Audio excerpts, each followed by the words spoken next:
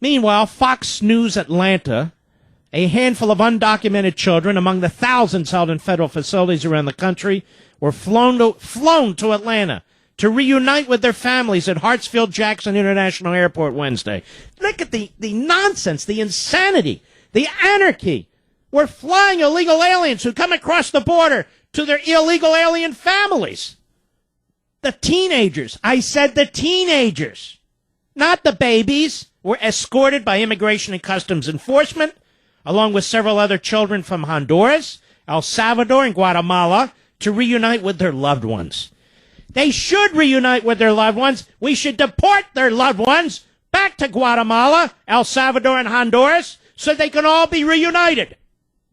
Federal Health and Human Services workers are trying to link some of the thousands of undocumented children flooding into the country with relatives largely here, ICE officials say. This gives the lie to the propaganda that they're all escaping gangs and crime and so forth. They're reuniting with family members in the United States. Margie Gunzman, 17, and Ebenor Gunzman, 14, fled from Honduras and crossed the Rio Grande on foot into Texas. Their father, Omar Gunzman, says the two were detained by Border Patrol in Houston. Gunzman and his wife are legally living in the United States and reside in Marietta. Let me get this straight.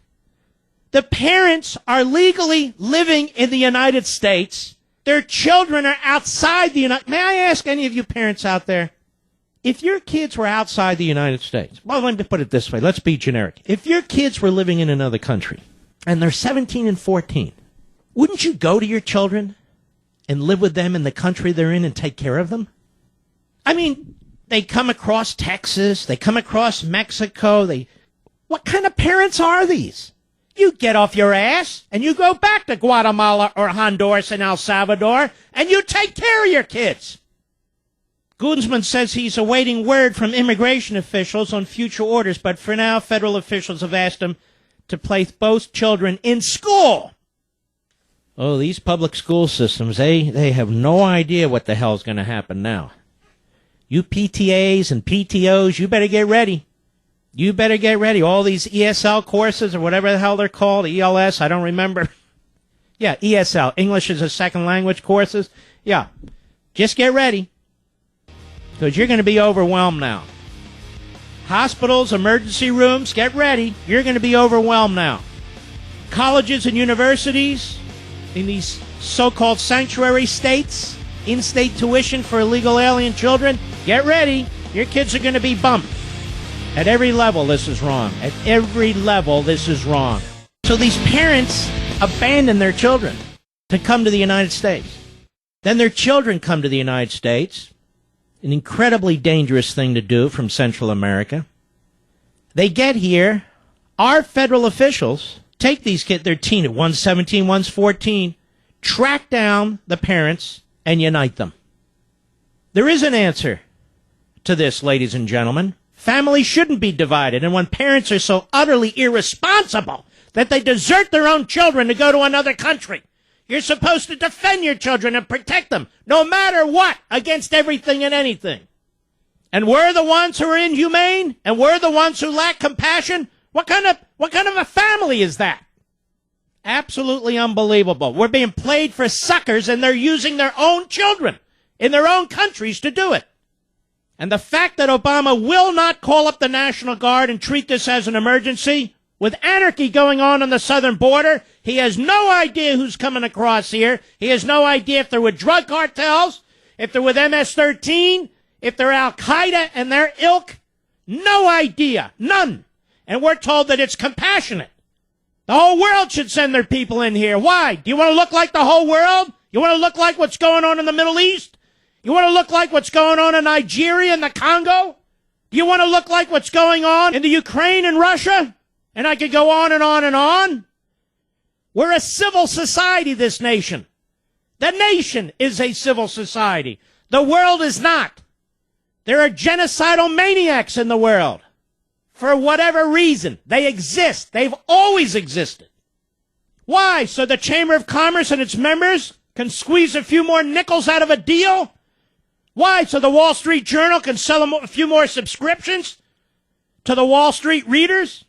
Why? So the Democrat Party can win more elections? So the Republican Party can try and catch up and show how humane it is? This is national suicide to go along with all the rest of it. It's appalling. Do you love your children? Yes, you do. Do you love your grandchildren? Yes, you do. Then why would you want to do this to them? You don't. You don't. All these people in this country pretending that they're compassionate. Well, why don't they go to the source? Why don't they go to Guatemala or El Salvador? Why don't they go to Honduras? Why don't they become missionaries? Why don't they leave their businesses? Why don't they leave their political positions? Why don't they leave their unions, leave their ethnic front groups, and go and deal with the poverty in Guatemala and El Salvador and Honduras and the rest of the world? They don't. And they won't. They're all talk, no action. What kind of an insane government would accept the self-importation of people into a country when you don't even know who they are? It's just assumed, Jeb Bush says, that people are coming here for love. Let me ask you something, Jeb Bush. Are you down on that border? Do you know who's coming across here? Do you know the MS-13's coming in and others? If you don't secure the border, you cannot control who comes in. You cannot vet them properly. It becomes a crisis. And there's nothing compassionate about it. Not for the people who are coming and not for the people in the United States. It's not compassionate to the local taxpayer, to the public school system, to the local hospitals, to local law enforcement, all of whom are working overtime, all of whom are overwhelmed. And I am sick and tired of the cheerleaders, the phony conservatives who think this is a good thing because they say they believe in free markets. This has nothing to do with free markets. Free markets have rules. Rules. Free markets promote stability. Free markets promote choice. Not just by one party, but by both parties. Anarchy is not free market capitalism. Anarchy leads to tyranny. Oh, well, this will result in economic growth. Well, it hasn't resulted in economic growth in Honduras and Guatemala and El Salvador. That is absurd. The self-importation of people who we are told come here because they're poor and they want help. And a massive welfare state of the sort that we have doesn't promote economic growth. And what of the people in this country? There are millions of them, and their ranks are growing, who are now forced to take part-time jobs.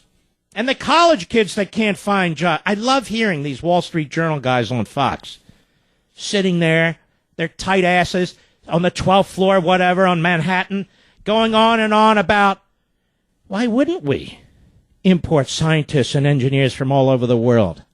Because we're graduating them in this country and they can't find jobs. That's not protectionism. That's not populism. That's fact. Fact. Absolutely unbelievable. And here I just reported to you. See, what I don't do with this show, and others do with their shows, and they're welcome to do whatever they want, is turn this into a clown show, where I just go through clips and just go through various websites and cut jokes and go to... I mean, I can do that from time to time, and I enjoy it, but my goal here is to actually bring you information, to give you some substance. Yes, to entertain, to be interesting, compelling, embracing, but I want you to leave this program knowing that it was worth your while. Really. And this deal between Mexico and Guatemala, which really is broader than that, where Mexico has made it easier for illegal aliens to travel from Guatemala, from Belize, and quite frankly, the rest of Central and South America, and to come into this country because they will not send them back. They're giving them a temporary legal status because Mexico doesn't want these people. They want them to travel through Mexico and get the hell out of their country. That's what's going on. And we sit here and we pretend, oh, it's a shame what's going on. It's a shame what's going on. These countries are colluding. These corrupt governments are colluding.